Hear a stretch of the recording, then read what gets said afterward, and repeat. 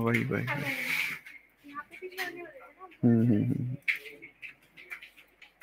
ठीक है।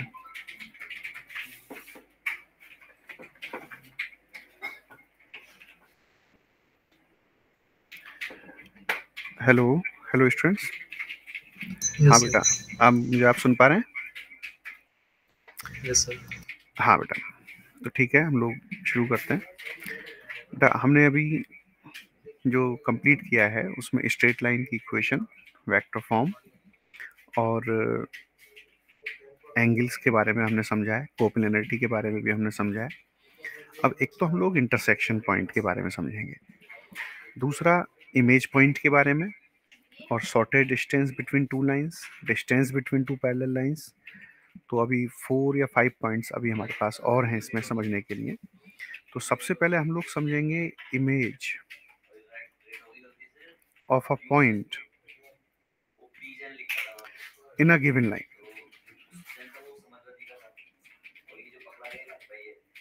ये image of a point in a given line. Image का मीनिंग हम लोग समझेंगे 2D ज्योमेट्री में, बेसिकली हमने किया होता है तो हमें बहुत ज़्यादा मुश्किल नहीं आएगी। मान लीजिए ये एक स्ट्रेट लाइन है बेटा हमारे पास, x minus x one over a, y minus y one over b and z minus z one over c, and let this one is a point. ये x1 y1 z1 इस तरह से एक point हमारे पास है। अब वो आपसे कह रहे हैं कि इसका इमेज लाइए। तो वन थिंग इज क्लियर कि जब हम लोग इमेज की बात करते हैं तो वो स्ट्रेट लाइन की दूसरी ओर सीधा, जैसे कि आप फिजिक्स में चले गए थोड़ी देर के लिए, और ये सेम डिस्टेंस पर होना चाहिए। आई मीन ये p है, ये q है और ये r है, तो certainly R P is equals to R Q होना चाहिए। दूसरा, ये परपेंडिकुलर होना चाहिए, 90 डिग्री पर होना चाहिए। और मैंने एक सेकंड के लिए मान लिया कि alpha beta gamma be the image, Q be the image, तो एक दूसरे के हैं ये। Image of P in L, line mirror हम लोग इसको कह सकते हैं। तो बेसिकली बेटा मुझे इस पॉइंट तक जाने के लिए क्या करना होगा, जो अच्छा मेथड है वो हमारे पास क्या होगा। हम लोग वैसे तो फॉर्मूले भी होते हैं इसके, बट हम लोग प्रोसेस से अप्रोच करें तो ज़्यादा अच्छा है। यहाँ पर बेटा यदि मुझे किसी भी तरह से आर के कोऑर्डिनेट मिल जाएं, तो आर के कोऑर्डिनेट से हम लोग मिड पॉइंट वाला फॉर्मूला यूज कर लेंगे, क्योंकि R is mid point of P and Q. तो मुझे क्यू के कोऑर्डिनेट मिल जाएंगे सिंपली, है ना। एक एक बात को बहुत अच्छे से समझना है। पी मेरे लिए नोन है, ये मेरे लिए अननोन है। आर के पॉइंट, इसको हम लोग foot point of the perpendicular भी कहेंगे। तो अगर जो आपको इमेज का क्वेश्चन ना आके फुट पॉइंट ऑफ परपेंडिकुलर आ जाए, तो भी हम लोग इसी मेथड को यूज करेंगे, foot point of perpendicular P R. इसलिए मैं मेंशन भी कर रहा हूँ एक्चुअली। अब मैं जीरोड हूँ इस पॉइंट को लाने पर। अब आर के कोऑर्डिनेट मेरे को तब मिल सकते हैं जब मेरे को ये आर अच्छे से है कहाँ पर, ये इस स्ट्रेट लाइन पर एग्जिस्ट करता है। तो मुझे एक बहुत अच्छी बात हमने सीखी थी अभी अभी, कि यदि मैं इसको कुछ लेट कर लूँ तो आर के कोऑर्डिनेट को डिजाइन कर सकता हूँ। देखो कैसे, ए के प्लस एक्स वन, बी के प्लस वाई वन एंड सी के प्लस जेड वन। अब इस आर के पॉइंट में जो कंस्ट्रक्चर है उसमें देखा जाए तो ए और एक्स वन ये सब कुछ नोन है, के अननोन है बस। अब इस के को लाने के लिए हमें सारा कुछ एफर्ट करना है। तो सबसे पहले let coordinate of R with the help of straight line.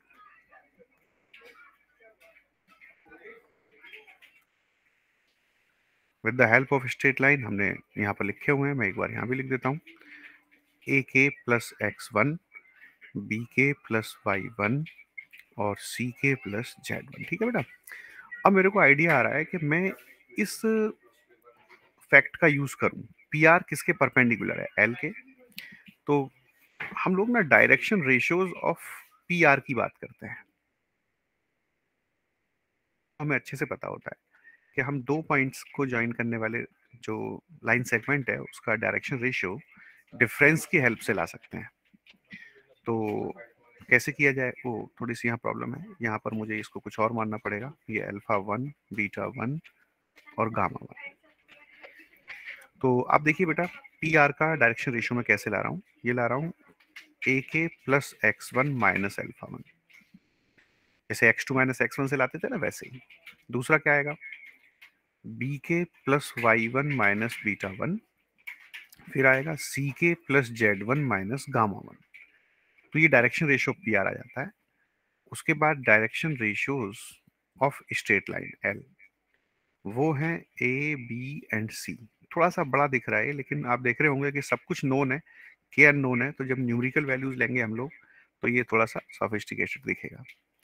अब मैं यहाँ पर देखूंगा कि as P R perpendicular to L it gives me a of, मतलब sum of the product of corresponding direction ratios, ये इससे और ये इससे। ए ऑफ कौन सा फॉर्मूला बेटा, a one a two plus b one b two plus c one c two is equal to zero in case of perpendicularity. तो plus x one minus alpha plus b of b के plus y one minus beta and plus c of c के plus z one minus gamma one, ये is equals to zero हो जाएगा। अब after all इसमें सब कुछ known है, जब इसको आप सिंप्लीफाई करोगे तो आपको के मिल जाएगा। के मिल जाएगा तो it leads to the value of R, I mean coordinate R मिल जाएगा। Then use mid point formula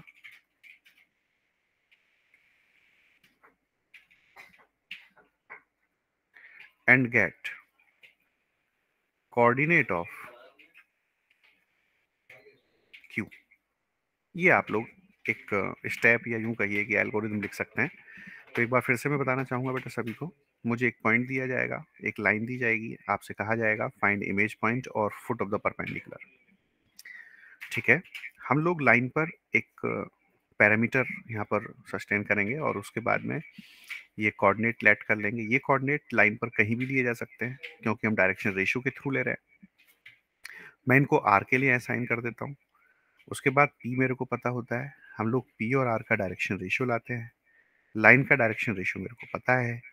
फिर ये जो फॉर्मूला है मेरे पास, a one a two plus b one b two plus c one c two is equals to zero, इस फॉर्मूले का यूज करके हम लोग यहाँ देखो ऐसे करके के की वैल्यू ले आएंगे।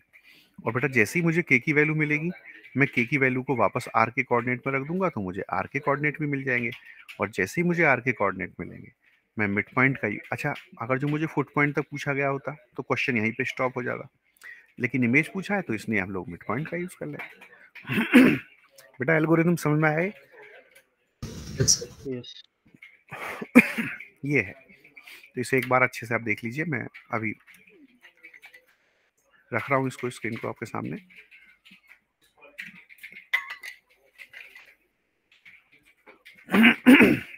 और इस पर हम एक क्वेश्चन ले लेंगे, फिर उससे क्लैरिटी आ जाएगी।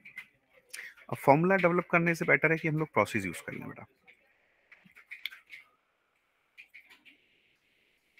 प्रोसेस क्लियर है? Yes sir. तो हम लोग यस। क्वेश्चन के थ्रू कर लेते हैं बेटा। तो नेक्स्ट में मूव कर जाए। देखिए एक क्वेश्चन में लिख रहा हूं आपके सामने, x plus one over two y over minus one z minus one over minus two find image of a point 1, 2, 3 in the given line mirror।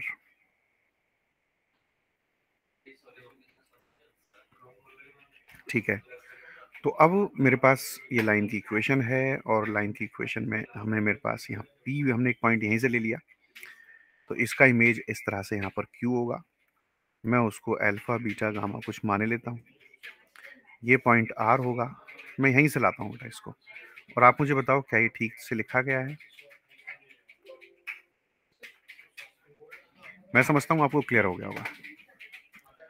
मैंने यहाँ पर K को लेट किया। यस।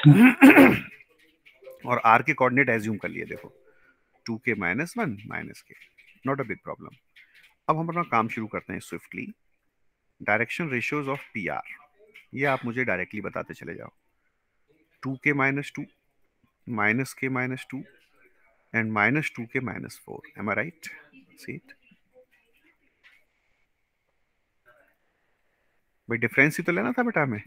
तो 2k minus one minus one 2k minus two हो गया, minus k minus to, और ये आ गया।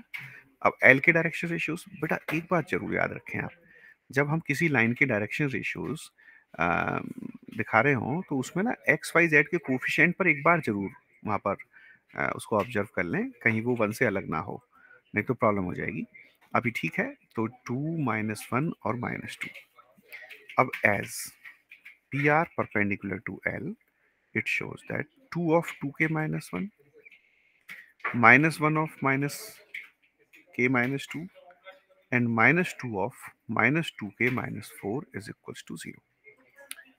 4k minus 4 plus k plus 2 plus 4k plus 8 is equals to 0.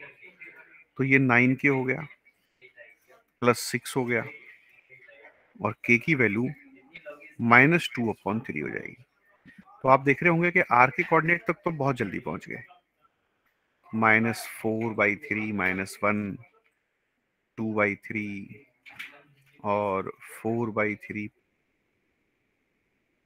समझ रहे होंगे मैं जो लिख रहा हूँ, ये मैंने k की वैल्यू पुट करी है बेटा, -4/3 -1 और ये 2/3 और ये 7/3।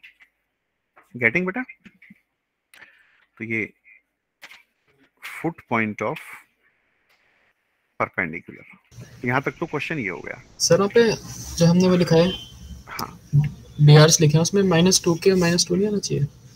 कहाँ पर बेटा? -2 के +1 लास्ट वाला। -2 के ये वाला, यस सर। -2 के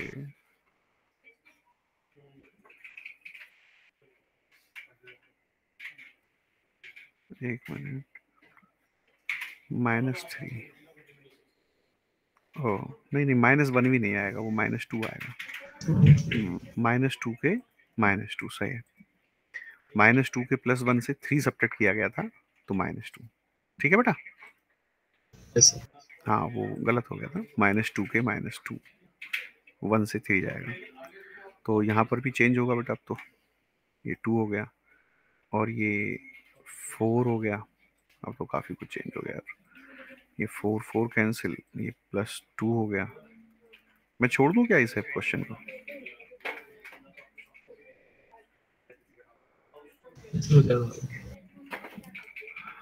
मैं एक मिनट यहाँ से बेटा थोड़ा करेक्शन ले लेता हूँ।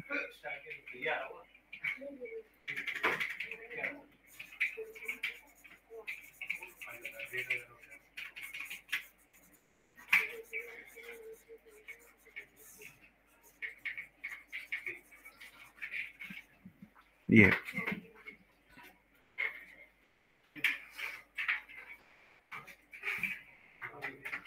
देखो बेटा, तो k की वैल्यू -2/9 आ जाएगी। अब सही है ना? Yes sir. -4/9 -1, अब ये 2/9 और 4/9 +1, तो r के जो कोऑर्डिनेट है -13/9 2/9 और ये 13/9। और यूजिंग मिड पॉइंट फॉर्मूले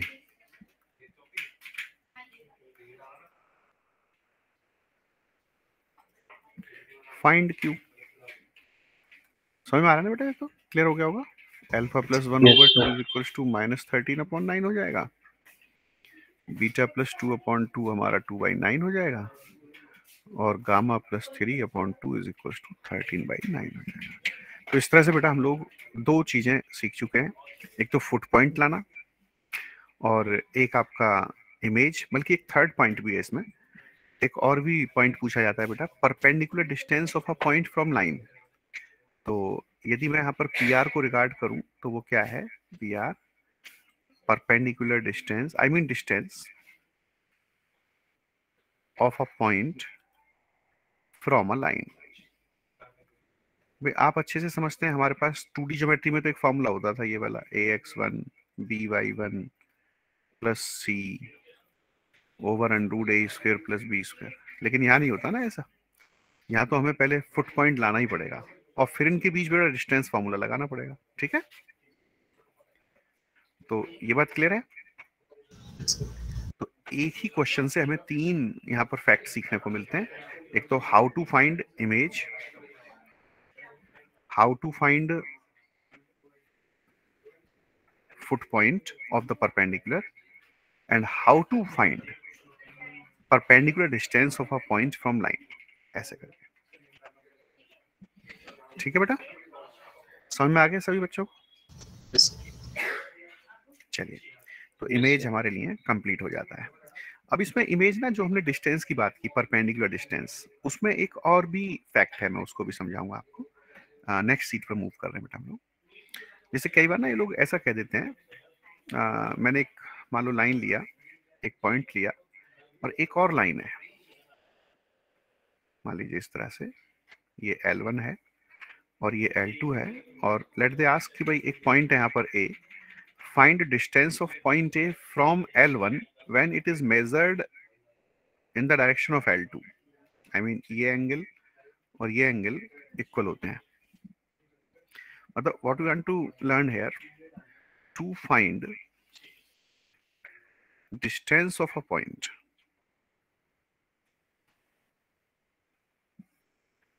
given point, I mean, from a line when it is measured along another line. So to find distance of a point from a line when it is measured along another line. तो मान लीजिए मेरे को ये AB distance लानी है, मेरे को ये पॉइंट गिवन है x1, y1, z1, ये L1 स्ट्रेट लाइन भी गिवन है, x minus alpha 1 over a1, y minus beta 1 over b1, z minus gamma 1 over c1, ये x minus alpha 2 over a2, y minus b2 over this, and z minus gamma 2 over c2। तो हम लोग बेटा step क्या लें इसमें, यदि मैं आपसे स्टेप की बात करूं, तो स्टेप 1 जो होगा वो होगा find equation of AB using passing point A and direction ratios of line L2। बहुत ध्यान से समझे इस बात को। हमें ये जो लाइन है ना, ये वाला लाइन, ये लाइन ले आते हैं हम लोग, और ये लाइन लेकिन किसके पैरेलल है, L2 के पैरेलल है। तो पैरेलल लाइन जो होती है उसकी डायरेक्शन इसकी भी डायरेक्शन बन जाएगी। तो जो इसके डायरेक्शन रेशियो है, मैं उन्हें इनके डायरेक्शन रेशियो भी ले सकता हूँ। आप समझते हैं ना, जब पैरेलल लाइन होती है तो उनके स्लोप इक्वल होते हैं, तो ऐसे इनके डायरेक्शंस भी सेम होते हैं, बस वो कोसाइन में भी और डायरेक्शन रेशियोज में भी। तो हम L2 के डायरेक्शन रेशियो यूज कर सकते हैं, ये वाले डायरेक्शन रेशियो यूज कर सकते हैं, और पासिंग पॉइंट ये रखेंगे। कुल मिला के यदि देखा जाए तो इक्वेशन ऑफ AB यदि मैं आपके लिए अभी लिखूं, तो पता है क्या बनेगा आपका, x minus x1 over A2 from figure, y minus y1 over B2 and z minus z1 over C2, ये बनेगा बेटा। अब ये मेरे पास AB बन गया। अब मुझे करना क्या है कि इस B के कोऑर्डिनेट लाने हैं। अब इस B के कोऑर्डिनेट में पंगा है थोड़ा सा। ये B का कोऑर्डिनेट क्या है कि ये AB पे भी लाई करता है और L1 पे भी लाई करता है, ठीक है। तो मैं क्या करूंगा कि यहाँ पर एक पैरामीटर T1 बनाऊंगा और B के कोऑर्डिनेट लिखूंगा, A2 T1 plus x1, B2 T1 plus y1 and C2 T1 plus z1। एक तो मैं B से लिखूंगा और एक मैं यहाँ से लिखूंगा, यहाँ T2 लिखूंगा, और ये भी B के कोऑर्डिनेट होंगे, A1 T2 plus alpha 1, B1 T2 plus beta 1 और C1 T2 प्लस गामा 1। देखो कंसिडरेशन तो वही है ना भाई, B अगर जो इनका एक कॉमन पॉइंट है तो ये दोनों लाइनों पे लाइज करता है, तो दोनों से अप्रोचेबल है। अब मेरे पास बेटा ये A1 X1 सब कुछ नोन है भाई, ये देखो ये सब पासिंग पॉइंट, ये सब कुछ नोन है मेरे पास। अननोन तो सिर्फ दो ही चीजें चल रही है ना, T1 और T2। अब यदि ये दोनों सेम पॉइंट हैं तो मैं इनको कंपेयर करूंगा। कैसे compare, A2 T1 plus x1 को रखूंगा A1 T2 प्लस अल्फा 1 के इक्वल, फिर इसी तरह से B2 T1 प्लस y1 को रखूंगा B1T2 प्लस बीटा 1 के इक्वल, और C2T1 प्लस Z1 को रखूंगा C1T2 प्लस गामा 1। अब इक्वेशन तो 3 है, अननोन 2 हैं, फिर क्या स्टेप है? Solve any 2 of equation 1, 2 and 3. Get values of T1 and T2 and verify with equation 3। या जो भी रिमेनिंग आपने रखी हो, लेट आपने 1 और 2 सॉल्व किए थे, तो मुझे यहाँ रिमेनिंग लिखना चाहिए था, and remaining and verify with remaining equation. जो भी आपने सॉल्व किए हो वो ठीक है, और जो रिमेनिंग इक्वेशन है उससे आप वेरीफाई कर लोगे। If verified, if verified, verified का मतलब है वो सेटिस्फाई करे, जो आपने T1 T2 यहां से निकाले थे वो थर्ड को सेटिस्फाई करें तो वेरीफाइड है। If verified then find coordinate of B and use distance formula. लेकिन if not verified then this kind of distance does not exist.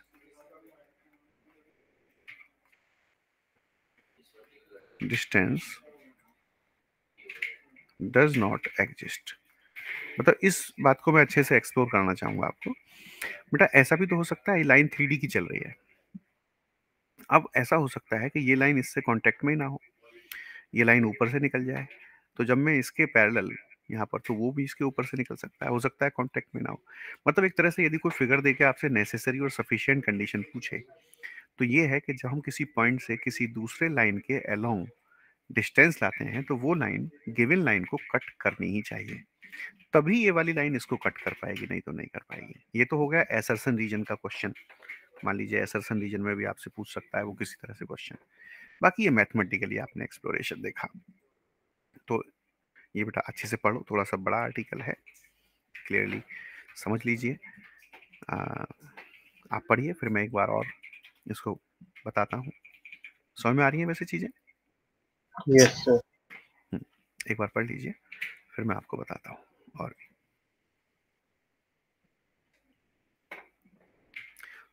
Actually हम लोग कर क्या रहे थे? To find distance of a point from a line when it is measured along another line. यहाँ पर मैं एक लाइन लूंगा, एक दूसरी लाइन ये भी मुझे गिवन होगी, ये पॉइंट मुझे गिवन होगा बेटा ए वाला। इस पॉइंट का डिस्टेंस मुझे यहाँ से लाना है, इस लाइन से, तो मैं यहाँ से एक लाइन बनाऊंगा जो इसके पैरेलल होगी। अब लाइन पैरेलल होने का मतलब है कि भाई यही डायरेक्शन रेशियो यूज कर लूंगा। पासिंग पॉइंट, मुझे दो ही चीजें चाहिए, या तो 2 पासिंग पॉइंट्स का पेयर हमारे पास हो, या फिर एक passing point along with direction, तो भी मैं इक्वेशन ऑफ लाइन लिख सकता हूँ। देखो कितने आसानी से लिख गई।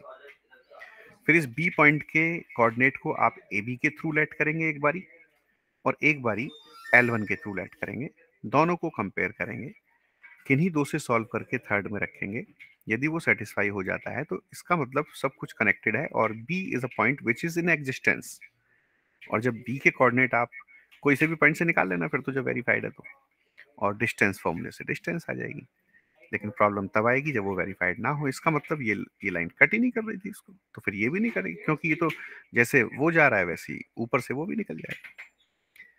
ये है बेटा इसका कंसिडरेशन। समझ में आ रही है सभी को बात? तो इसको Yes, मैं क्वेश्चन के थ्रू भी आपको बता दूंगा, कोई डाउट हो तो बेटा पूछ सकते हैं। तो एक क्वेश्चन कर लेते हैं इस पर, और अच्छा समझ में आ जाएगा।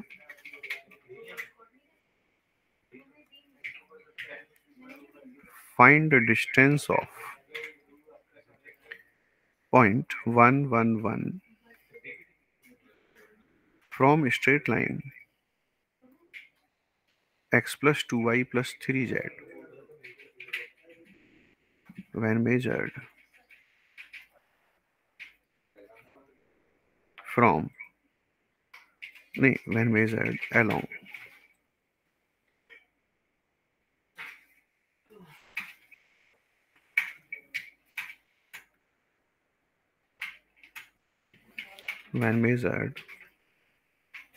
along a straight line x minus 1 y over 0 ऐसे करके। तो बेटा ये पॉइंट मेरे लिए ए है। थोड़ा सा हम लोग क्विकली करना चाहेंगे और इस पॉइंट से मेरे को डिस्टेंस लाना है। ये लाइन यहाँ पर है, इसको x upon 1 y upon 1 upon 2, देखो ये लिखने का वे आपको क्लियर हो रहा होगा। ये मैं b माने लेता हूँ। इक्वेशन ऑफ ए बी सबसे जल्दी आप मुझे बताइए। x माइनस 1 y माइनस 1 और z माइनस 1 बेटा, ये हमारे पासिंग पॉइंट थे। अब डायरेक्शन रेशियो कौन से लेने वाले हैं आप? ठीक है, ये दोनों, M I right? Yes sir. ये वाला है, तो ये हो जाएगा 1 0 और ये 1। बहुत अच्छा। अब हम लोग इसको t1 मानते थे और b के कोऑर्डिनेट को सजेशन देते हैं हम लोग, क्या 1 और t1 plus 1। Coordinate of b from L1, ये भी बेटा हम लोग ले लेते हैं। तो ये आ जाएगा मेरे पास, ये आ जाएगा T2 upon half, I mean T2, हाँ T2 अपॉन 2 और T2 अपॉन 3। तो थोड़ा मैंने इजी लिए थे, इसीलिए देखो आप देख रहे होंगे हम लोग 1 को जब T2 अपॉन 2 रखेंगे तो T2 तो पहली बारी में मिल गया। उसके बाद में जब हम लोग T1 plus 1 is equals to T2 रखेंगे तो T1 इज इक्वल्स टू 1 मिल गया। अब आप ये देखना है, वैसे ये नहीं, बहुत कम चांसेस है कि रेयर ऐसे ही बनाया हुआ क्वेश्चन सही आ जाए। T1 को रखेंगे तो भाई आप देखिए ये 1 प्लस 1 और ये 2 अपॉन 3 नॉट इक्वल, तो इसका मतलब नॉट वेरीफाइड हो जाएगा। अब नॉट वेरीफाइड में हम लोग क्या करें? No such distance.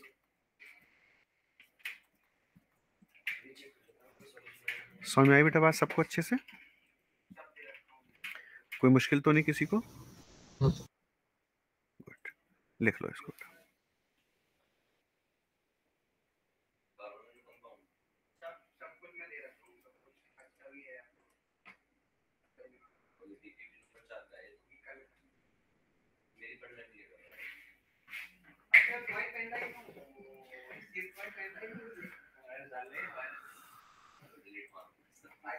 तो सबने समझ लिया बेटा अच्छे से?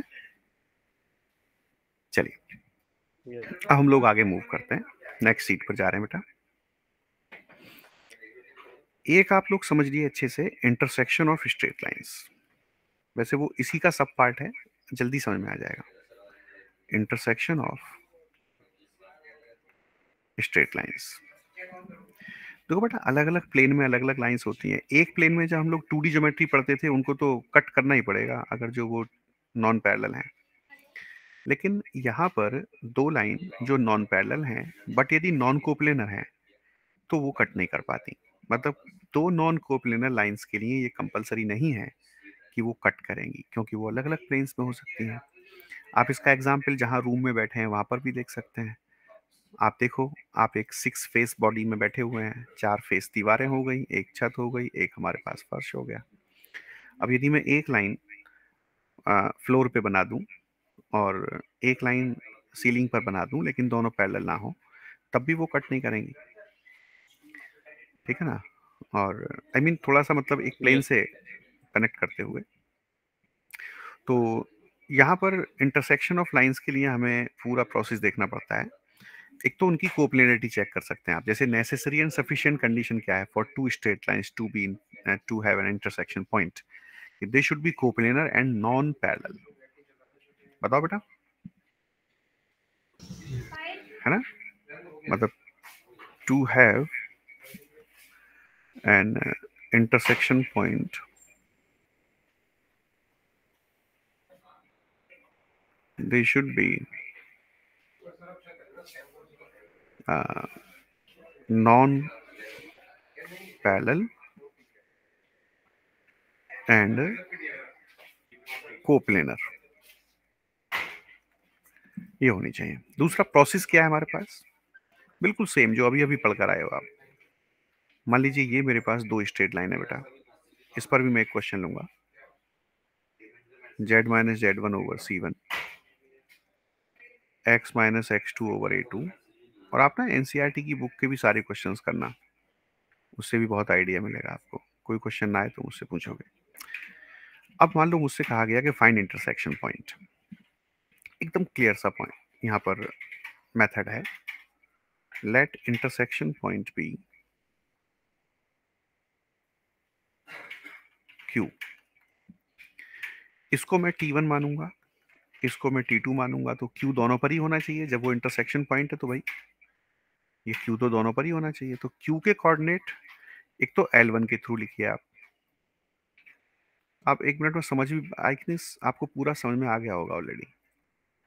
C1 T1 प्लस Z1, फिर Q के कोऑर्डिनेट आप L2 के थ्रू लिखिए, A2 T2 plus X2, B2 T2 plus Y2 और C2 T2 प्लस Z2, और इनको कंपेयर कर दीजिए। ये दोनों एक ही पॉइंट होने चाहिए। तो यहाँ पर आपको 3 इक्वेशंस मिलने वाली हैं, है ना। जब आप ऐसे करके रखेंगे A2 T2 प्लस X2, इसी तरह से फिर B1 T1 plus Y2, I mean sorry Y1, B1 T2 plus Y2 and C1 T1 plus Z1 is equals to C2 T2 plus Z2। किन्हीं दो को सॉल्व करना है, थर्ड से वेरीफाई कराना है। Solve any two and verify with remaining third equation। अब आप रिजल्ट तो जानते ही हैं बेटा, इफ वेरीफाइड तो पॉइंट एग्जिस्ट करेगा, फिर तो आप T1 T2 के वैल्यू किसी में भी रख दीजिए, या इसमें रख दीजिए, चाहे T1 को इसमें रख दीजिए, चाहे T2 को इसमें, तो आपको एक पॉइंट मिल जाएगा। लेकिन अगर जो वो वेरीफाइड नहीं है तो हम लोग कहेंगे they are non intersecting lines. ठीक है बेटा, बताइए। Yes sir. तो ये एकदम सिंपल सा क्वेश्चन है, बढ़िया क्वेश्चन है।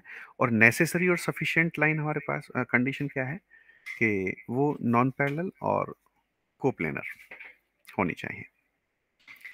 तो इसमें दो चीजें रखी हैं आप मेथड को लेकर, कि यदि आपको दो नोन लाइन दी जाए, मैं फिर से बोलता हूँ, आपके if you have two known lines and you want to find their intersection point, then it is much better to use method like that, कि भाई आप लोग let you take a point T1 T2 या S1 S2 K1 K2 as per your choice, and have a structure of points like that and compare the corresponding elements and get the three equations, solve any two and verify it with third। But अगर जो मैं आपको एक question ऐसा दे दूं जिसमें unknown की value पूछी गई हो, तो उसे आप बेटा कोप्लेनरिटी से भी दिखा सकते हैं। मैं एक क्वेश्चन लेने वाला हूँ इस पर, हम लोग मूव कर जाएं नेक्स्ट शीट पर। समझ में आ गया सब कुछ? Yes sir. Yes good. देखो बेटा, जैसे क्वेश्चन इन्होंने दिया हुआ है कि x minus 1/2 is equals to y plus 1/3, z minus 1/4, एक लाइन तो ये है, और x minus 3/1, y minus k/2 and z/1। वो कहता है कि दे इंटरसेक्ट, तो ऑलरेडी आपको इंटरसेक्शन के लिए बोला हुआ है, इंटरसेक्ट करता है। वो कहता है फाइंड k। तो अब मैं बड़ा सा क्वेश्चन क्यों करूं, मेरे को कोप्लेनरिटी की कंडीशन याद है। मुझे जल्दी से बताओ बेटा, सबसे पहले हमें सबसे पहले एक लाइन में देखना चाहिए कि कहीं एक्स वाई जेड का कोफिशिएंट अदर देन 1 तो नहीं है। सो कि मैंने देखा ऐसा नहीं है, आप देख रहे होंगे सभी 1 है। तो मैं डायरेक्ट पहली लाइन याद है आपको सबको क्या था, वो कोप्लेनरिटी के लिए लिखूं क्या मैं? x2 minus x1, y2 minus y1, z2 minus z1, यहाँ a1 b1 c1, a2 b2 c2। अब बता दो बेटा एक बार, चलो कोई बात नहीं, यहाँ देखो मैं लिख रहा हूँ और आप चेक करेंगे जैसे पहले भी आपने किया हुआ है चेक। कोई मिस्टेक है तो मुझे बताएंगे।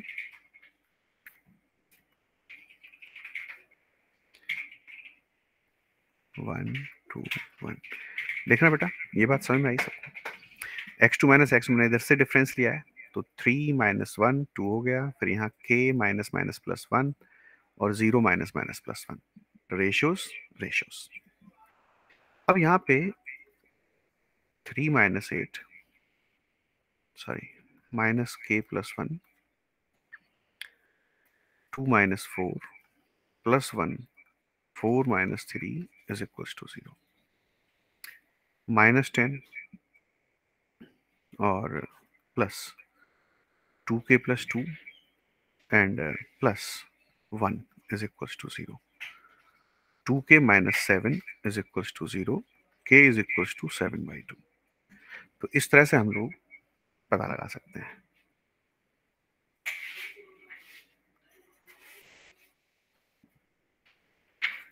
एक बार देखना बेटा इसमें आंसर कुछ और आ रहा है। 3 माइनस 1 2 हो गया, k माइनस माइनस प्लस 1, और लाइन तो यही है ना,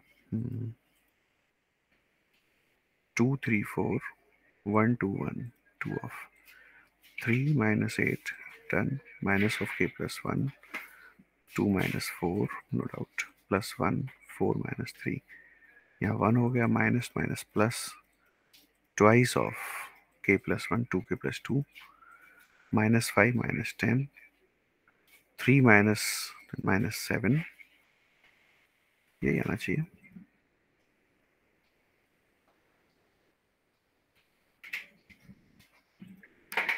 एक बार बेटा अपने आप से भी इसको देख लेना करके।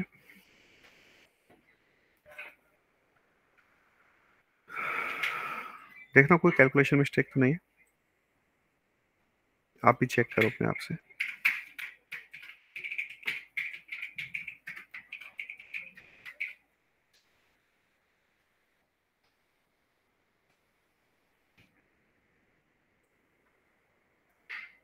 यही आ रहा है। यही आ रहा है ना, इसे ही लिख लो। अच्छा इसके लिए आप ये और देख लो कि क्या ये नॉन पैरेलल है।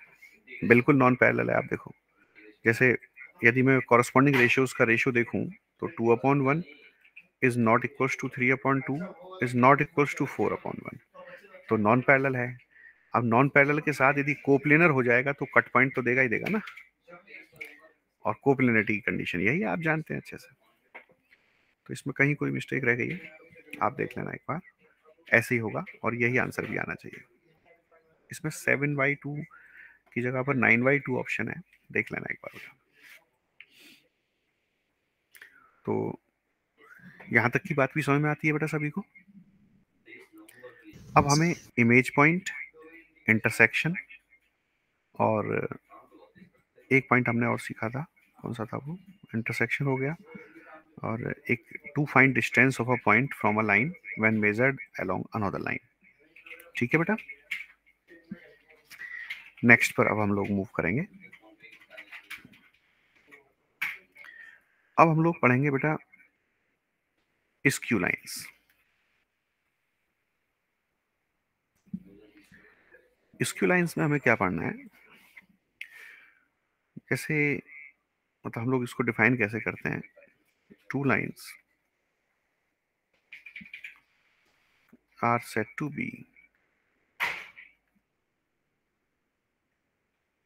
skew lines if they are non-parallel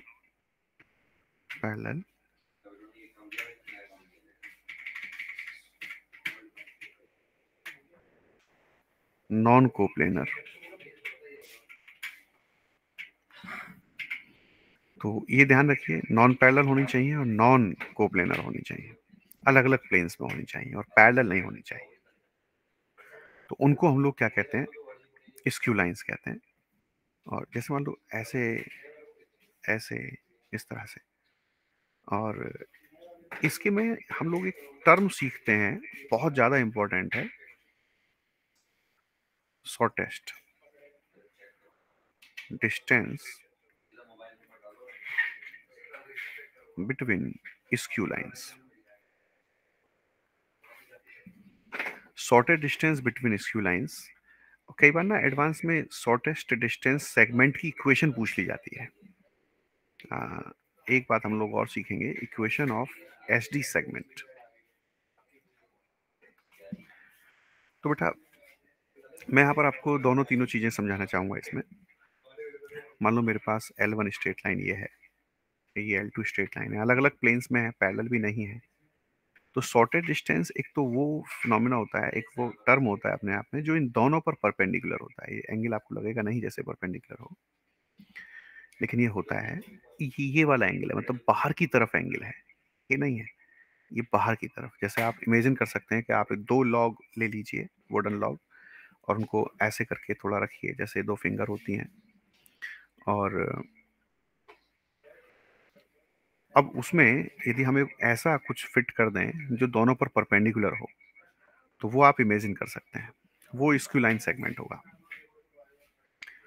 अब यदि मैं प्रोसेस से कहूं आपसे कि भाई इसकी इक्वेशन कैसे लाऊं, जो कि एडवांस वगैरह में किसी पैराग्राफ का पार्ट हो सकती है, तो उसके लिए आप मुझे बताओ, एक स्ट्रेट लाइन की इक्वेशन लाने के लिए हमें क्या चाहिए होता है? 2 पॉइंट चाहिए होते हैं।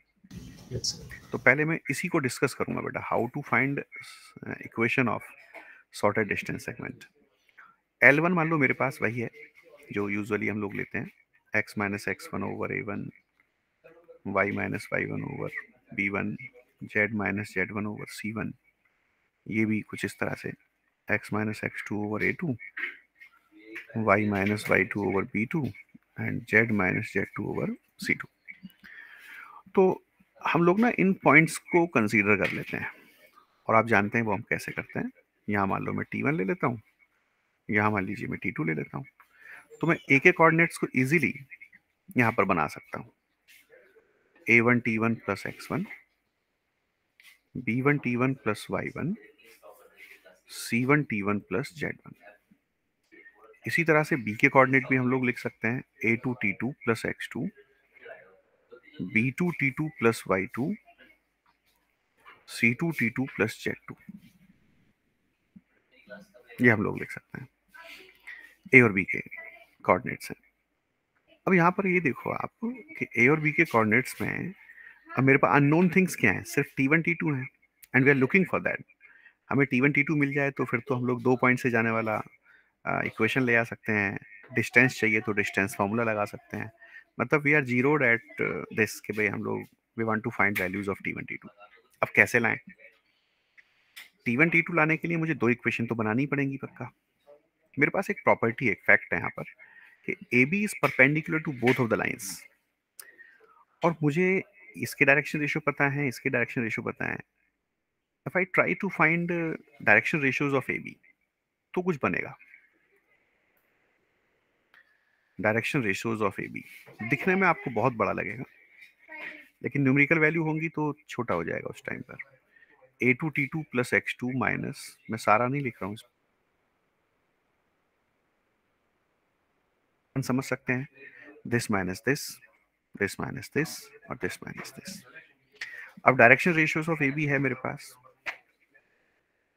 डायरेक्शन रेशियोज ऑफ L1 भी है, A1 B1 C1। फिर डायरेक्शन रेशियोज ऑफ L2 भी है, A2 B2 C2।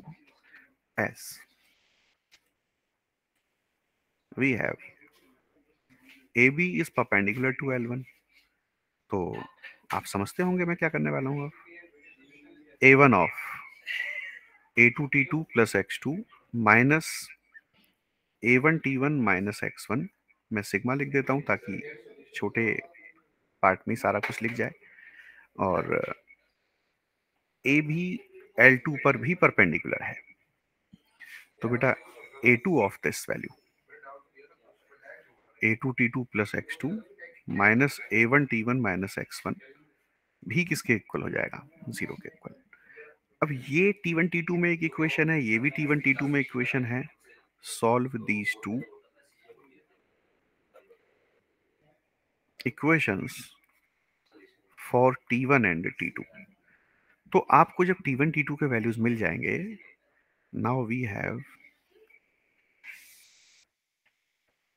coordinates of A and B. अब जब आपके कोऑर्डिनेट मिल ही गए, अब तो कोई प्रॉब्लम ही नहीं बची, मेरे पास दोनों कोऑर्डिनेट हैं, तो फिर तो मैं डिस्टेंस फॉर्मूला यूज करूंगा, डिस्टेंस आ जाएगा। और वो वाला फॉर्मूला था ना एक, x minus x one over x two minus x one, y minus y one over y two minus y one, इस फॉर्मूले को यूज करूंगा तो इक्वेशन ऑफ ए बी आ जाएगा। क्या बोलते हो आप, बताओ बताओ बेटा, ये बात समझ में आई?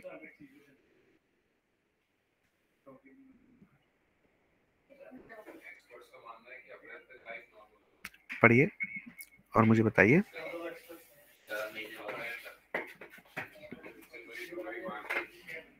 क्या आप मेरी बात सुन पा रहे हैं बेटा सभी? Yes sir. हाँ बेटा, आप सबको समझ में आ गया जो मैंने बताया मेथड? Yes sir. तो ठीक है, मैं एक बार फिर से भी चाहो तो क्लियर कर सकता हूँ। दो लाइन मेरे को दी हुई हैं, वो स्क्यू लाइंस हैं। कैसे आइडेंटिफाई करना है?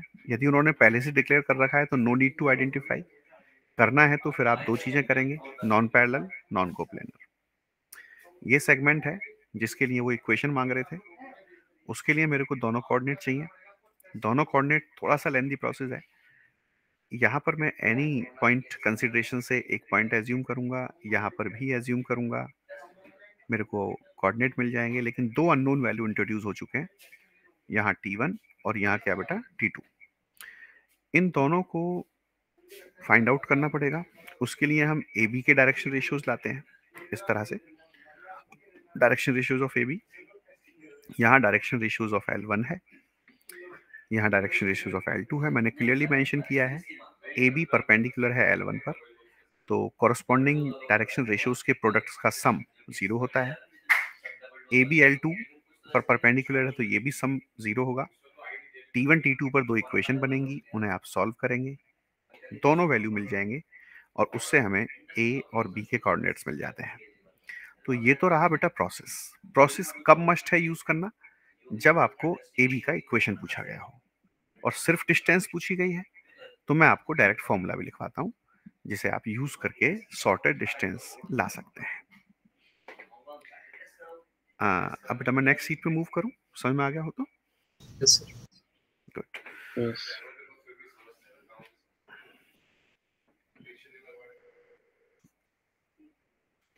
जैसे मान लीजिए मैं L1 की बात कर रहा हूँ, x minus x one over A1, y minus y one over B1, C1,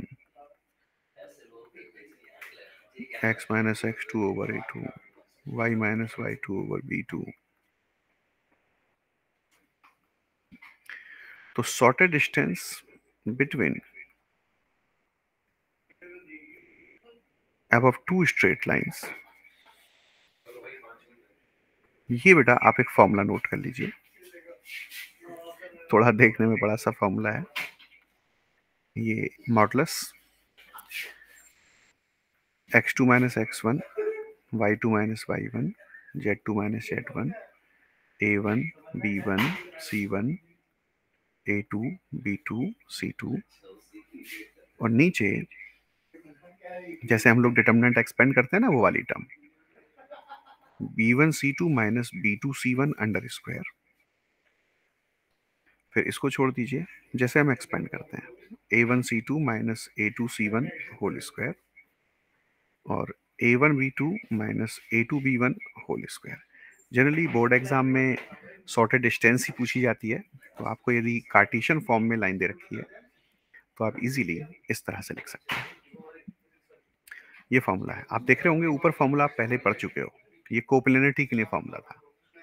अब नॉन कोप्लेनर होंगी ये दोनों लाइंस, तो आप समझते हैं कि भाई ये नॉन जीरो वैल्यू आएगी और डिवाइडेड बाय दिस।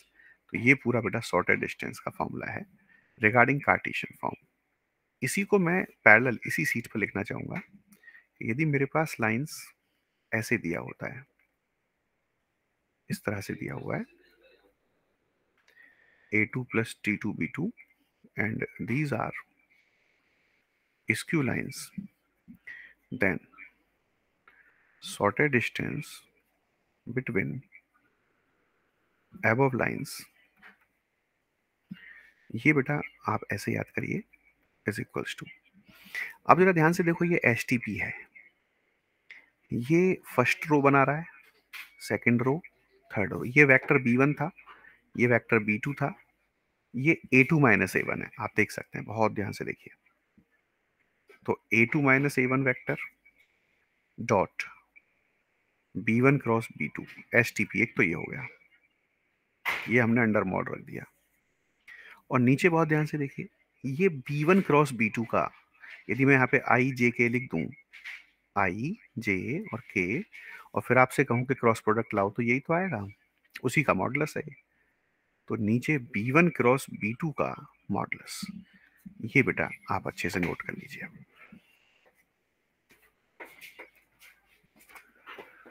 कोई इसमें डाउट है तो मुझे पूछ सकते हैं, मैं एक बार फिर से क्लियर करना चाहूँगा। R is equal to A1 plus T1 B1, तो ये A1 आप X1 Y1 Z1 से कंपेयर कर सकते हैं, A2 आप X2 Y2 Z2 से कंपेयर कर सकते हैं, B1 वेक्टर A1I B1 और C1 है, ये B2 है। तो इस स्ट्रक्चर को आप यूँ समझ लो कि मुझे बस ये कन्वर्ट करना पड़ रहा है वेक्टर फॉर्म में। ये एक डिटर्मिनेंट है, तो HTP से कंपेरेबल है, उसमें ये फर्स्ट वेक्टर होता है, डॉट, फिर दोनों वेक्टर्स का डॉट क्रॉस प्रोडक्ट होता है। वे हम लोग कैसे लिखते थे, ABC रेक्टेंगुलर एरे में हम लोग ऐसे ही तो लिखते थे, A dot B cross C, तो ऐसे इसको लिख दिया ये। तो बेटा ये आप वेक्टर फॉर्म में भी याद रखिए और कार्टेशियन फॉर्म में भी याद रखिए। कोई कंफ्यूजन है तो मुझे पूछ सकते हैं। सबको समझ में आ रहा है अच्छे से? Yes sir. Very good. तो ये कार्टेशियन फॉर्म, और इससे हम लोग अभी इस पर क्वेश्चन करेंगे, हम पैरेलल लाइंस के बीच का डिस्टेंस और मेंशन कर लें, उसके बाद करेंगे। तो बेटा मैं नेक्स्ट शीट पर मूव कर रहा हूँ, इसे आप देख लेना।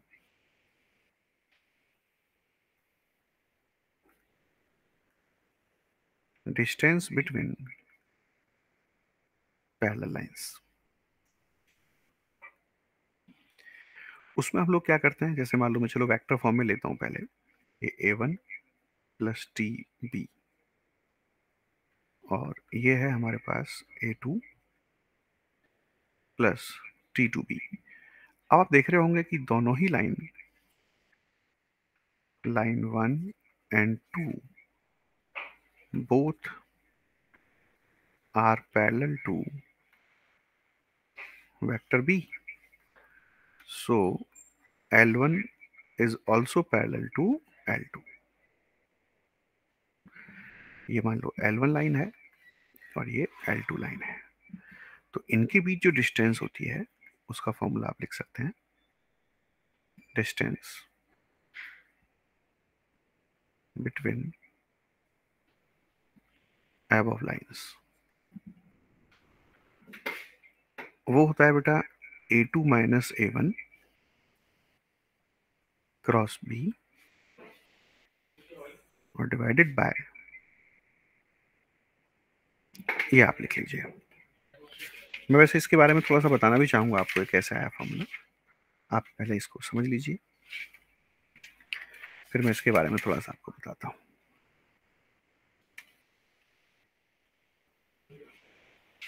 A2 माइनस A1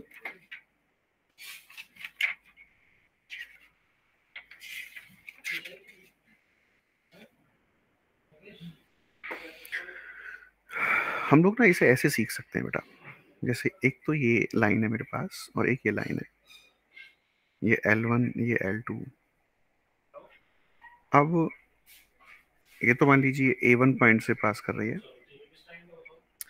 ये A2 से पास कर रही है। अब इनके बीच की डिस्टेंस तो सिंपली यही होगी, मतलब सॉरी ये परपेंडिकुलर है, मतलब ये A पॉइंट मान लेता हूँ या A1 मान लेता हूँ और ये A2 है, इसको मिला लीजिए इस तरह से। तो डिस्टेंस क्या होगा, अगर जो ये एंगल थीटा है और मुझे डिस्टेंस चाहिए, ये A1 A2 ये O मान लेता हूँ, तो आप खुद देखो कि यहाँ sine theta is equals to P upon A1 A2 modulus, मेरे को P चाहिए, तो P इज इक्वल्स टू हो जाएगा A2 माइनस A1 और इंटू साइन थीटा। अब साइन थीटा का मतलब है कि भाई हम लोग किन दो वेक्टर्स के बीच इसको अप्लाई कर रहे हैं, मतलब इस वेक्टर के बीच और इस वेक्टर के बीच। ये बेसिकली किसके पैरेलल है, ये दोनों के दोनों हैं तो बी के ही पैरेलल, तो इसकी डायरेक्शन बी से रिप्रेजेंट हो जाएगी, इसकी A2 माइनस A1 से। तो आप देखिए, यदि मैं A2 माइनस A1 और क्रॉस बी वेक्टर करूं तो वो क्या आएगा, A2 माइनस A1 का मॉडुलस फिर बी का मॉडुलस, उनके बीच sine theta into n cap. अब यदि मैं बोथ साइड मॉडुलस ले लेता हूं, बोथ साइड मॉडुलस, तो ये A2 माइनस A1, ओ सॉरी, A2 माइनस A1 इस तरह से रखिए पहले, और क्रॉस बी फिर मॉडुलस, ये स्केलर है आगे आ जाएगा, ये भी आगे आ जाएगा साइन थीटा, और ये 1 हो जाएगा। अब मेरे को चाहिए क्या था, मेरे को चाहिए था दिस इनटू साइन थीटा, इसका मतलब इसको मैं यहां ले आता हूं, तो जब मैं इसको यहां ले आऊंगा तो A2 minus A1 cross B और डिवाइडेड बाय बी, तो वो यही हो जाएगा A2 minus A1 sine theta, जो कि बेसिकली पी के बराबर है। तो बेटा एक पैटर्न समझने की कोशिश करते हैं हम लोग। ये मेन फॉर्मूला हो गया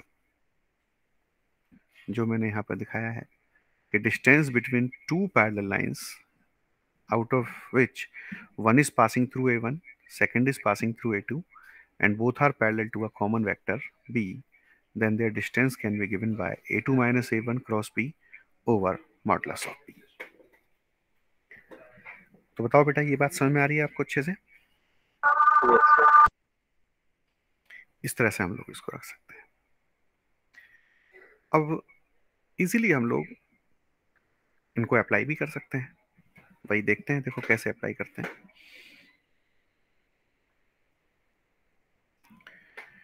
एक क्वेश्चन लेता हूँ बेटा मैं, इसको पढ़ लीजिए 1 मिनट के लिए और फिर मैं आगे पे मूव करूँगा।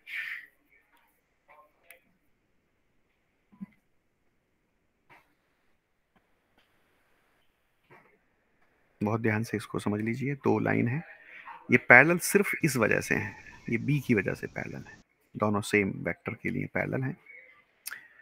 डिस्टेंस लाना है, इनके पासिंग, मतलब कैसे फिगर में कैसे याद रखें, आपके पासिंग पॉइंट का difference cross this parallel vector and divided by modulus of this parallel vector. Figure से बहुत क्लियर है, इसीलिए मैंने थोड़ा सा समझाया आपको कि फॉर्मूला याद करने में और बनाने में आपको बिल्कुल भी प्रॉब्लम नहीं आएगी। आप क्लियरली यहाँ पर समझ सकते हैं कि हमें कौन सी डिस्टेंस चाहिए, और ये डिस्टेंस चाहिए तो हमें थीटा उससे मिल जाएगा।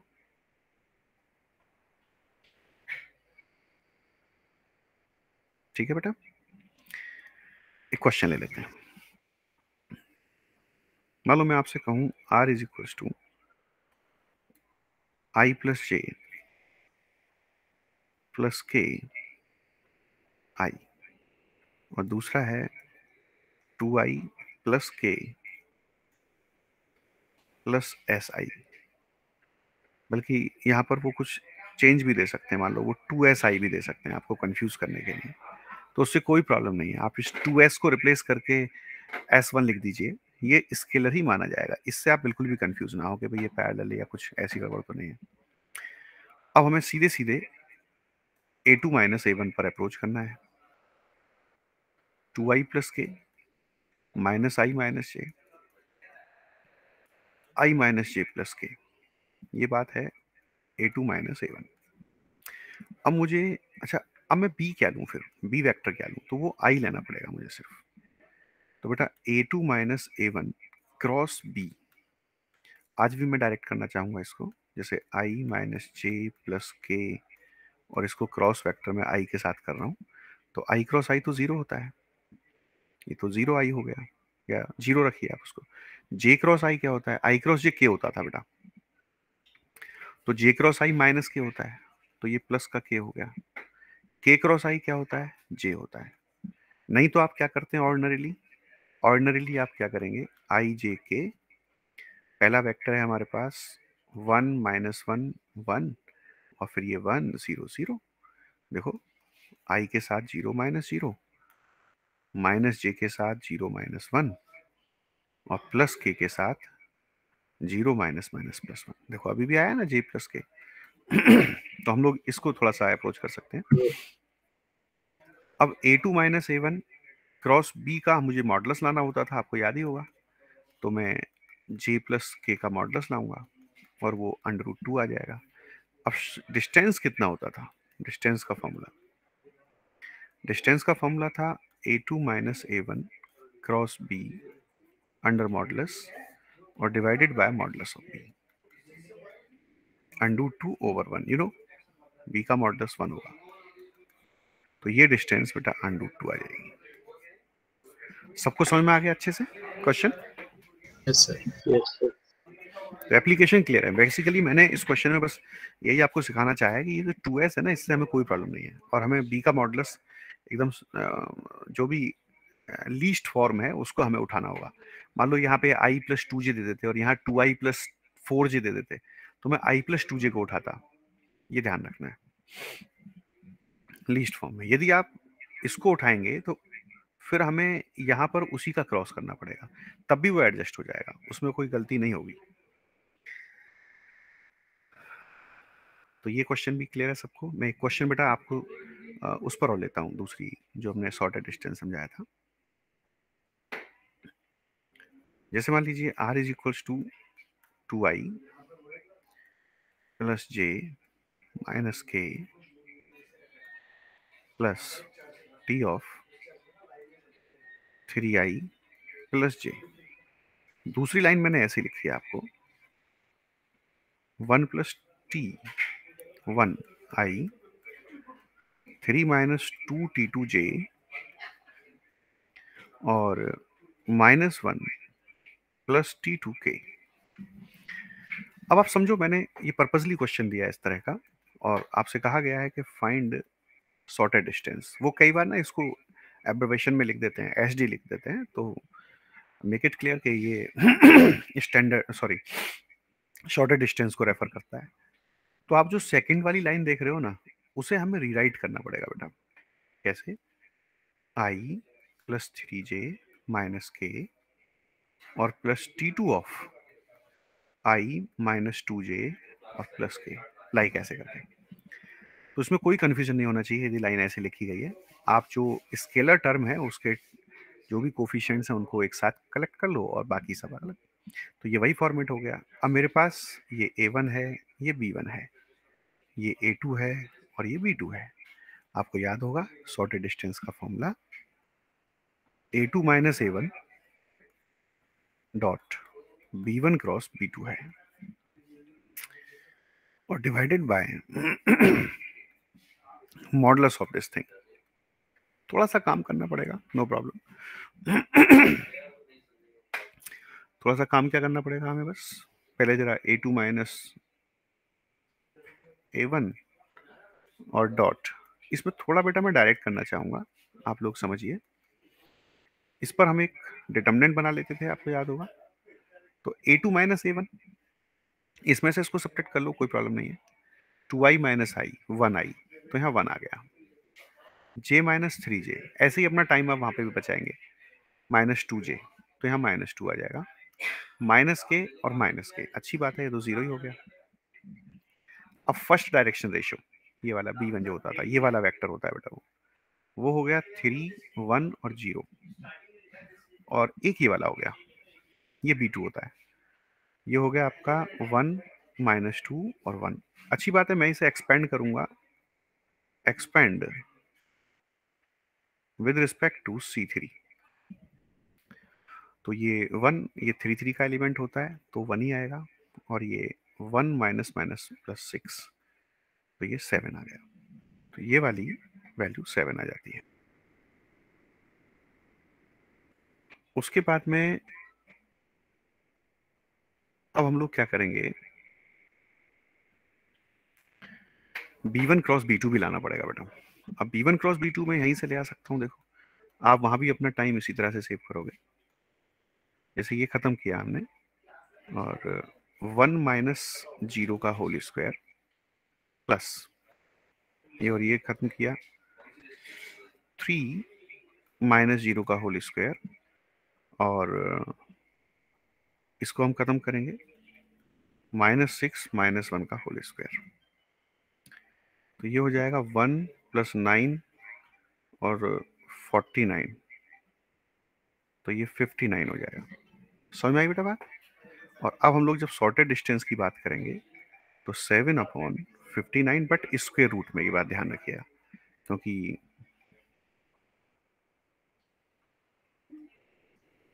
यहाँ पर लिखना है हमें।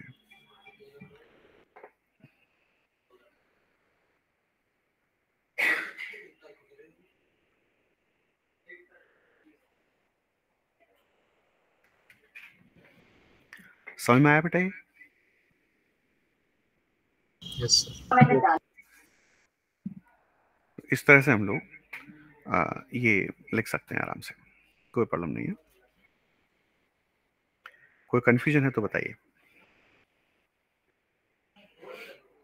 Sorted distance between two lines जो कि वेक्टर फॉर्म में लिखी है इजीली, इस तरह से। अच्छा बेटा, एक वेक्टर फॉर्म को हम लोग, यदि मैं बहुत जल्दी से आपसे कहूं कि इसको सिमेट्रिक फॉर्म में लिख के दिखाइए, तो कैसे लिखेंगे आप? x-2/3, y-1/1 और z-+1/0। आप समझ रहे हो ना? Yes sir. देखो पासिंग पॉइंट ये 2, 1 और -1 है, और दूसरा जो है वो 3 और 1 है।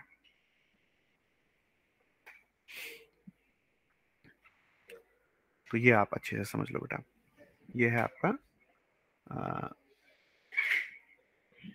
sorted distance between two lines। आगे मूव कर सकते हैं अब हम लोग, क्लियर हो गया है?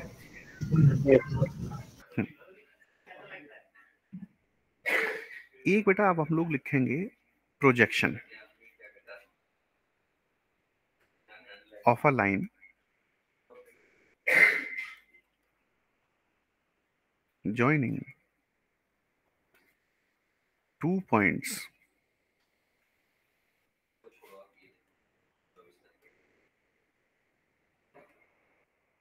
x2 y2 z2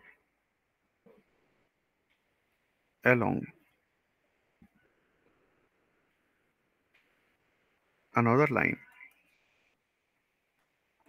having direction cosines। देखो make it clear, I'm taking direction cosines lmn is given by x2 minus x1 l, y2 minus y1 m, z2 minus z1 n। अब बेटा आप मुझे बस ये बताओ कि क्या ये आपने दूसरे फॉर्मेट में पहले से पढ़ा है? मैं आपको याद दिलाता हूँ। देखो आप बहुत जल्दी समझ जाओगे, आई होप वेल, कि projection of vector A in the direction of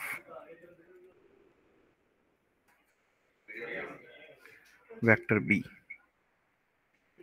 तो वो लिखा जाता था ए डॉट बी कैप।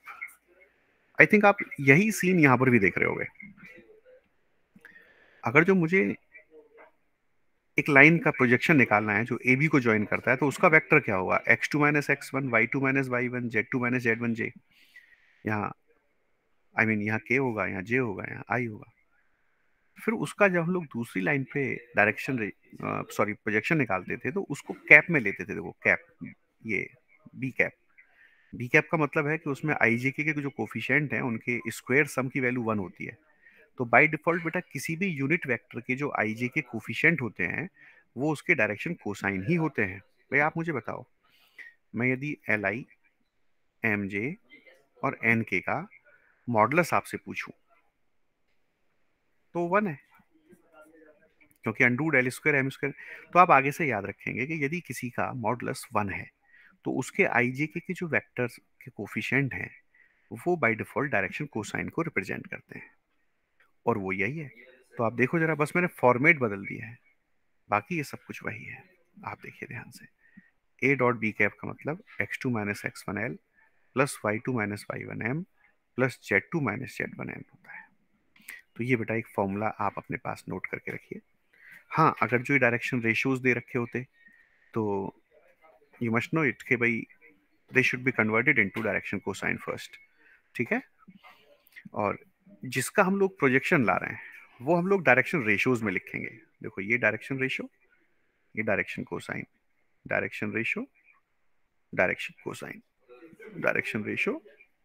तो जिस पर लाना होता है वो तो डायरेक्शन कोसाइन में लिया जाएगा, जिसका लाना होता है वो डायरेक्शन रेशियोज में लिखा जाएगा। तो ये बात समझ में आई बेटा सभी को? Yes sir. अब मालूम है क्वेश्चन कहूं आपसे कि find projection of a line passing through 112 and 257 along a line having direction ratios 3, 4, 0। तो इन डायरेक्शन रेशियोज को पहले मुझे इंस्टेंटली डायरेक्शन कोसाइंस में बदलना पड़ेगा, ऐसे करके।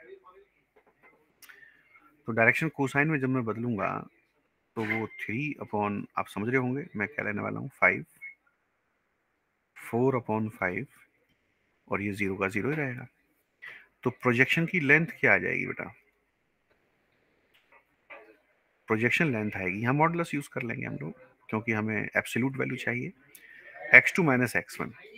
तो 2 minus 1 into 3 upon 5, 5 minus 1 4 upon 5, और इसको तो कुछ भी रखो 0 ही होना है। तो ये फाइनली 3 अपॉन 5, 16 अपॉन 5, और ये 19 अपॉन 5। तो बेटा ये इसका प्रोजेक्शन लेंथ आएगा। समझ में आ रही है एप्लीकेशन आपको? क्लियर है?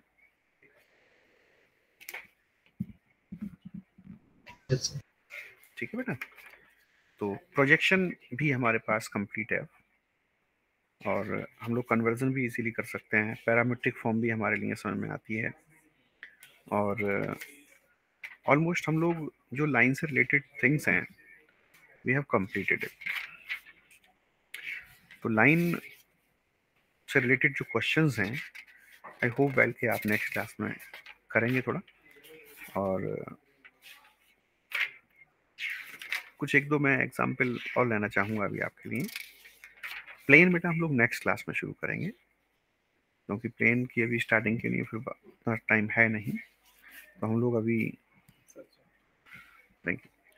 तो देखते हैं बेटा, एक और क्वेश्चन मैं लेता हूँ आपके लिए।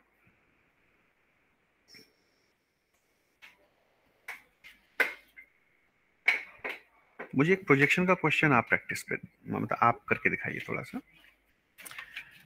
एक क्वेश्चन है,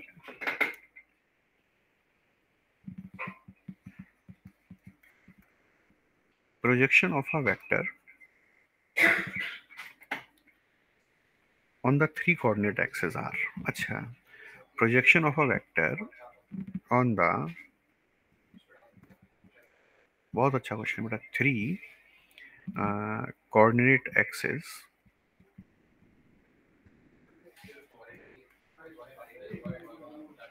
are 6, -3 and 2 respectively। मतलब बहुत ही सिंपल सा क्वेश्चन है। Find direction cosines. ये कैसे करोगे बेटा? हमें इक्वेशन से पता चलते कोऑर्डिनेट एक्सिस की। Question, sorry I could not here sir इसको दो मेथड से कर सकते हैं इसको हम। कौन सा? तो एक मेथड तो है कि हम इसे मतलब इसका पूरा एक डायग्राम बना के कर लें, हम्म। और एक मेथड है कि हमें जो ये एक्सिस होती है इनकी इक्वेशन पता होती है, उस हिसाब से भी कर सकते हैं।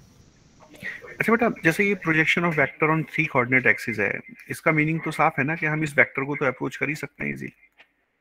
क्या मैं इसे 6i माइनस 3j और प्लस 2k लिख दूं?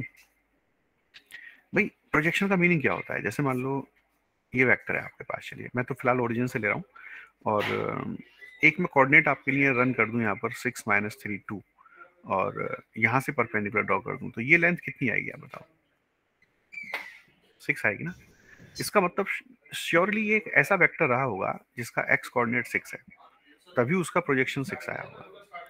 फिर यदि मैं यहाँ पे परपेंडिकुलर ड्रॉ करूँ या फिर नीचे जो वाई एक्सिस होगा नेगेटिव वाला, तो वो -3 हो जाएगा, जेड पर 2 हो जाएगा, तो वेक्टर तो बहुत जल्दी हमारे पास आ गया।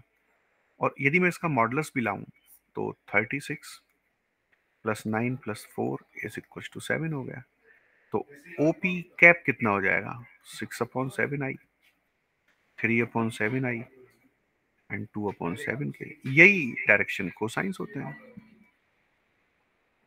तो LMN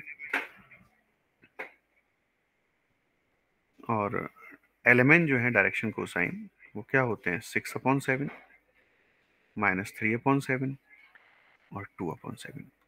बताओ बेटा, ये मेथड ठीक रहेगा ना? Yes sir. है ना।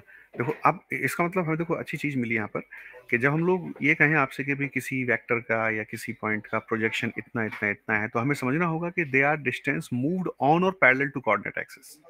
इसका मतलब 6 जो डिस्टेंस है वो एक्स एक्सिस या उसके पैरेलल मूव किया गया है, -3 डायरेक्शन चेंज हो गया, 2, तो उससे हम लोग उस वेक्टर को कंस्ट्रक्ट कर सकते हैं, और उसके बाद उसका मॉडुलस निकाल के, चाहो तो ओपी कैप बनाओ या मत बनाओ, हम अच्छे से जानते हैं ये तो डायरेक्शन रेशियोज थे, कोसाइन बनाने के लिए मैग्नीट्यूड से डिवाइड करना पड़ता है। डन ना? इस तरह से हम लोग कर सकते हैं।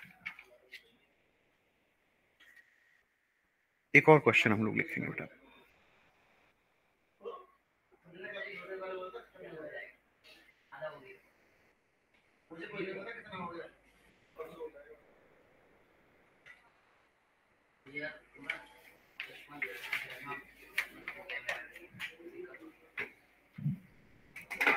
देखिए एक क्वेश्चन मैं ले रहा हूं इंटरसेक्शन पॉइंट के लिए। x - 3 over 1, y + 1 over 3, z - 6 over -1, x + 5 over 7, y - 1 over 6 minus में। अब वो कहता है कि ये इंटरसेक्ट करते हैं एक पॉइंट R में। उन्होंने पूछा है find reflection of R in XY plane. अभी हमने प्लेन बेशक स्टार्ट नहीं किया, लेकिन हम इतना काम अभी कर लेंगे, कोई दिक्कत नहीं है। तो सबसे पहला काम है मेरे को R के कोऑर्डिनेट पता लगाना। हम लोग कैसे करते थे बेटा? यहाँ हम T1 मानेंगे, यहाँ T2 मानेंगे। थोड़ा शॉर्ट में हम कर रहे हैं। R के कोऑर्डिनेट पहले T1 + 3 से 3T1 - 1 और -T1 + 6, गेटिंग ना? 7T2 - 5 -6T2 + 1 4T2 + 3। बताओ बेटा, मैंने यहाँ पर T1 लिया, वही तो पैटर्न तो यही था ना जो हम लोग करते थे इंटरसेक्शन पॉइंट के लिए, कि हम इसको कुछ मान लेंगे, इसको कुछ मान लेंगे, दो पॉइंट बनाएंगे, अब इनको इक्वल इक्वल रखेंगे। 3T1 - 1 -6T2 + 1 -T1 + 6 4T2 + 3। अब यहाँ क्या बन जाएगा? T1 - 7T2 - 8, 3T1 + 6T2 = 2, -T1 - 4T2 -3। I mean T1 + 4T2 = +3। इन्हें इन्हें सॉल्व कर लेता हूँ। यहाँ 3T1 - 21T2 -24। देखो बेटा क्या आता है, सब्ट्रैक्शन 27T2। बहुत अच्छा आ रहा है सब्ट्रैक्शन तो भाई। T2 is equals to 26 over 27. T1 ले आओ, 7 T2 plus 8, 7 into 26 over 27 plus 8। यहाँ से T1 की वैल्यू आ जाएगी, हिम्मत नहीं इसको लाने की। तो T1 और ये T2, इन दोनों को हम लोग कहाँ वेरीफाई कराएंगे बेटा? यहाँ पर। क्लियर है बात? और इनको वेरीफाई कराने के बाद हमें वो पॉइंट मिल जाएगा। मेरा कंसर्न क्या था इसको समझाने का क्वेश्चन को, कि अगर जो मान लो इसका आर का कोऑर्डिनेट जो है वो 2, 5 और 7 आ गया, चलिए अब वो जो कहना चाह रहा था आपसे कि एक्स वाई प्लेन में इसका रिफ्लेक्शन क्या होगा, मैं बस उसे पूछना चाह रहा था आपसे, मतलब चेंज कहाँ आएगा? एक्स ही रहेगा, वाई ही रहेगा। एक्स वाई प्लेन में बेटा यदि देखा जाए तो एक्स वाई प्लेन में परपेंडिकुलर कौन होता है? जेड होता है ना? एक्स वाई प्लेन पे परपेंडिकुलर कौन होता है? जेड एक्सिस होगा ना बेटा। Yes sir. तो इसका मतलब बहुत साफ है कि जब हम किसी पॉइंट का एक्स वाई प्लेन पर रिफ्लेक्शन लेते हैं तो एक्स और वाई के कोऑर्डिनेट पे कोई इफेक्ट नहीं आएगा, इफेक्ट सिर्फ किस पे आएगा? जेड पे। क्योंकि आप देखो, मैं शायद उससे नहीं समझा पा रहा हूँ, जैसे ये आपका एक्स है और ये वाई है ना, ये पेज पे बना लो आप अपने सामने, और ये आपका जेड है। अब मान लो ये पॉइंट थे ना ऐसे ऊपर हवा में है 2, 5, 7, और जब वो नीचे जाएंगे तो वो नीचे वाले जेड एक्सिस में चले जाएंगे जो माइनस वाला होगा, समझ रहे हो आप? तो जो वैल्यू 2, 5 और 7 थी, मतलब वो जेड जेड पर कितनी डिस्टेंस मूव कर रही थी? 7, तो वो नीचे पहुंच जाएगी, वो -7 मूव करेगी। तो 2, 5 और कितना बेटा? -7। ये बात समझे आप जो मैं समझाना चाह रहा हूँ? Yes sir. मतलब डिस्टेंस जो अब चेंज होगी ना वो जेड एक्सिस पर होगी। तो यदि मैं आपसे पूछता एक्स वाई प्लेन में इसका रिफ्लेक्शन बताओ, तो वो बेटा जेड पर अफेक्ट आता। यदि मैं एक्स जेड पे पूछता आपसे तो वाई पे अफेक्ट आता, और यदि वाई जेड पे पूछता तो एक्स पे अफेक्ट आता। समझ गए ना आप? कोई कंफ्यूजन है तो बताओ बेटा।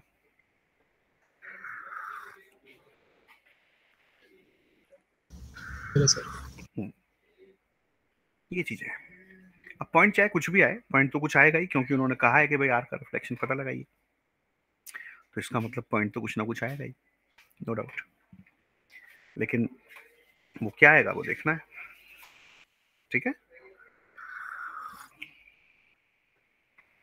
समझ रहे हैं अब आप अच्छे से?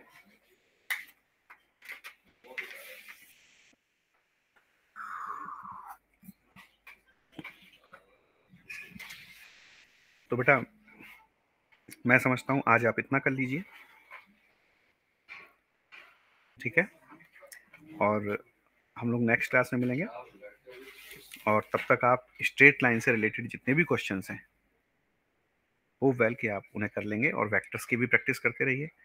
नेक्स्ट क्लास में हम लोग प्लेन को कंप्लीट करने की कोशिश करेंगे, और स्फेयर के साथ भी। स्फेयर मेंस में है, एडवांस में नहीं है, छोटा सा ही पार्ट है स्फेयर। तो प्लेन और स्फेयर हम लोग नेक्स्ट क्लास में करेंगे, ठीक है बेटा? Yes, sir. तो बेटा now I am leaving, good night, Good night. Thank you all of you.